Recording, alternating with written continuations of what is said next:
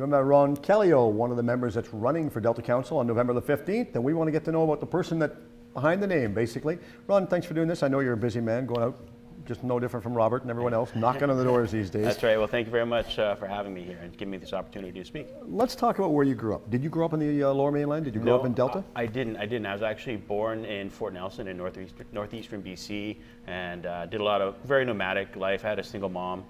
So I grew up in Fort St. John, Innisfil, Alberta, Edmonton, Alberta, and a various range of small towns in between.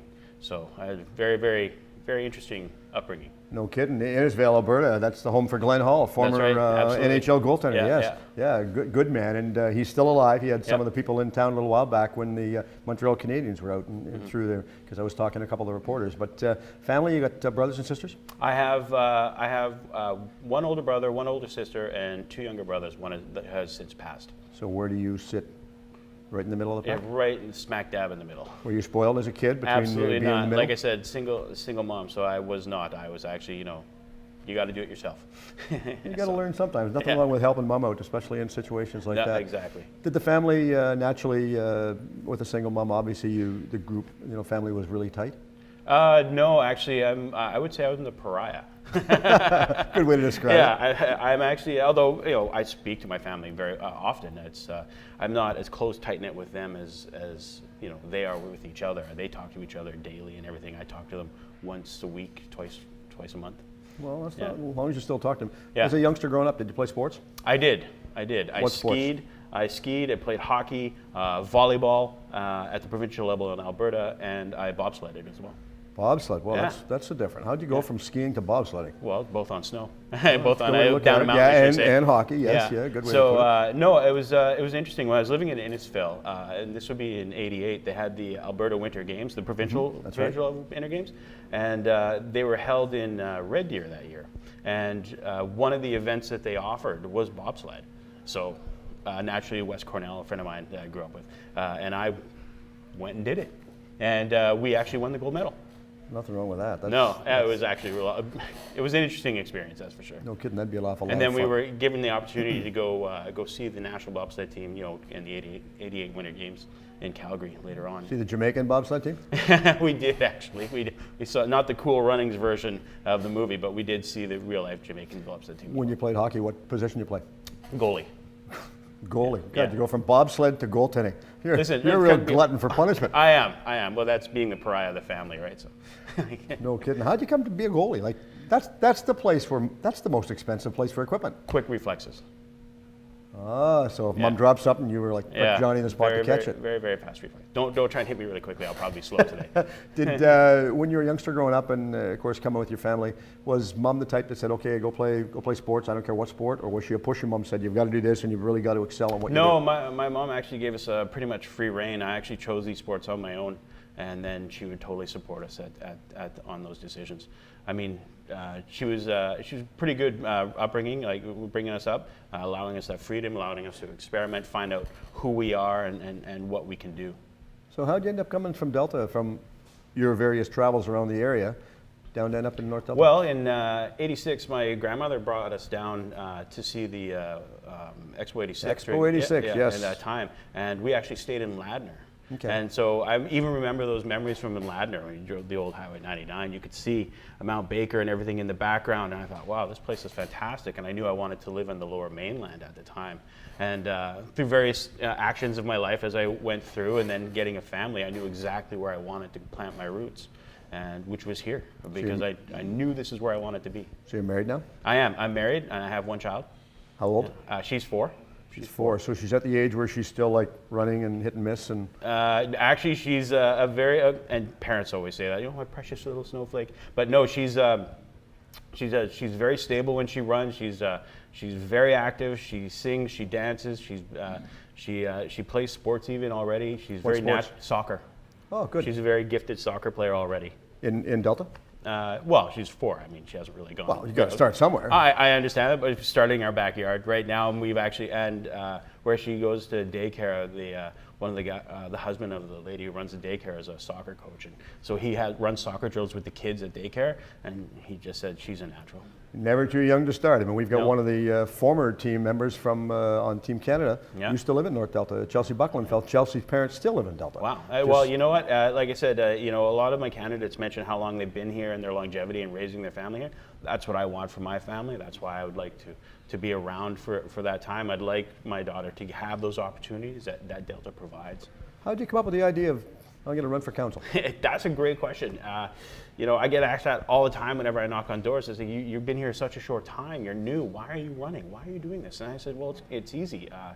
I'm a passionate guy about my family. I'm a passionate guy about my community. I really think that it's important that I put in what I want to take out. So to be an example to my family, and especially my daughter, I want her to know that her daddy went out and tried to make a difference.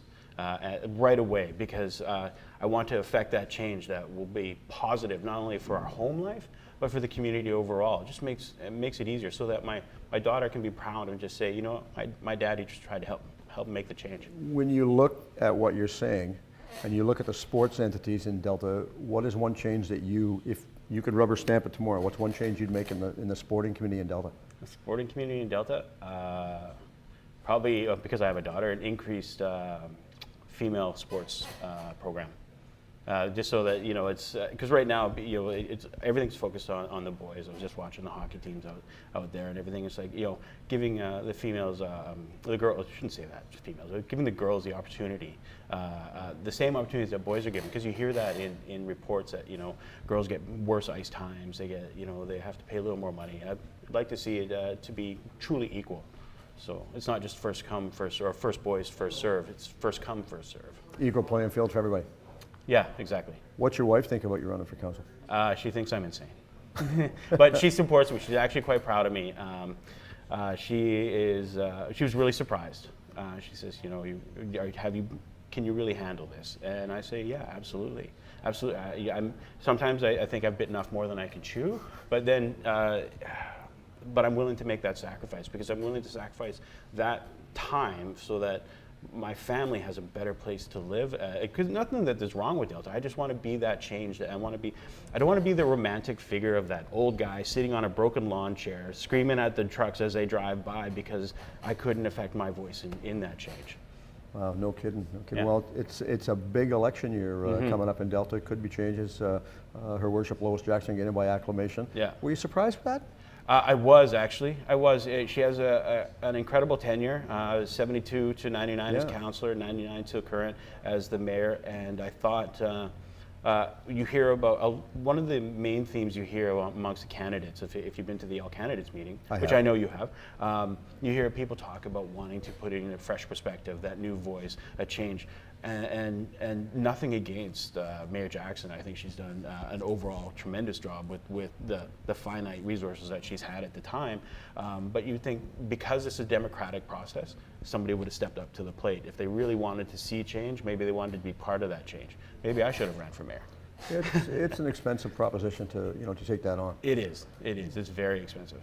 No kidding. Are you going to be a pushy dad for your young daughter when she wants to get a little bit older and not necessarily play sports, but think ahead. What about her first date? What type of dad are you going to be? Got you on the spot, eh? Yeah, no, not at all. I know exactly. I'm laughing because all my friends have already asked me that question. I'll be like, see this shotgun, son? 10 means 10. Yeah. So no. Her first date, I'm actually. I'm a pretty liberal kind of guy when it comes to that kind of stuff. I mean, she's going to be her own person. If I'm going to raise her, I'm probably going to raise her the best I can. So I'm going to trust her judgment. You have to. You have to believe in them. You've got to have. If you don't believe in them, they know that, and then it's going to come back, and they're going, well, you've got no belief in me. So no, exactly. But I will take the father advantage and just sort of maybe lord over the boy a little bit, just for fun. It's funny. My daughter. It's funny when my daughter was growing up and they'd want to do stuff and everything else. I'd say, no, you can't do that. And they'd say, well, why? And I'd say, do you ever think that maybe I did it and it doesn't work? Yeah, exactly. Oh, I never thought of that. Yeah. That's just something that they don't think remember of. when we were kids, we never thought our parents did anything either, right? No, not at all. Except now in the era of Facebook, they'll actually have physical evidence that it actually happened. Yeah, no kidding. Well, I wish not on my page. No, well, I want to wish you all the best for the election coming up. I appreciate that. Thank you very much. Thank you very much for coming Thank you. Really appreciate it. This and time. you know, it takes a lot of time and an awful lot of courage, you know, to run, because all the candidates meetings and, you know, Yeah. you're throwing these different Absolutely. questions that are sort of hypothetical. I all love the time. process so far, and I'm not going to be a one runner, because I really care about this community, and if I don't make it in this time, you can definitely see me in the next election. Good deal. Appreciate it. Okay, thank you. Thanks, Ron. Ron Calliou running for council on November the 15th. Don't forget, as we've said before, check the box off.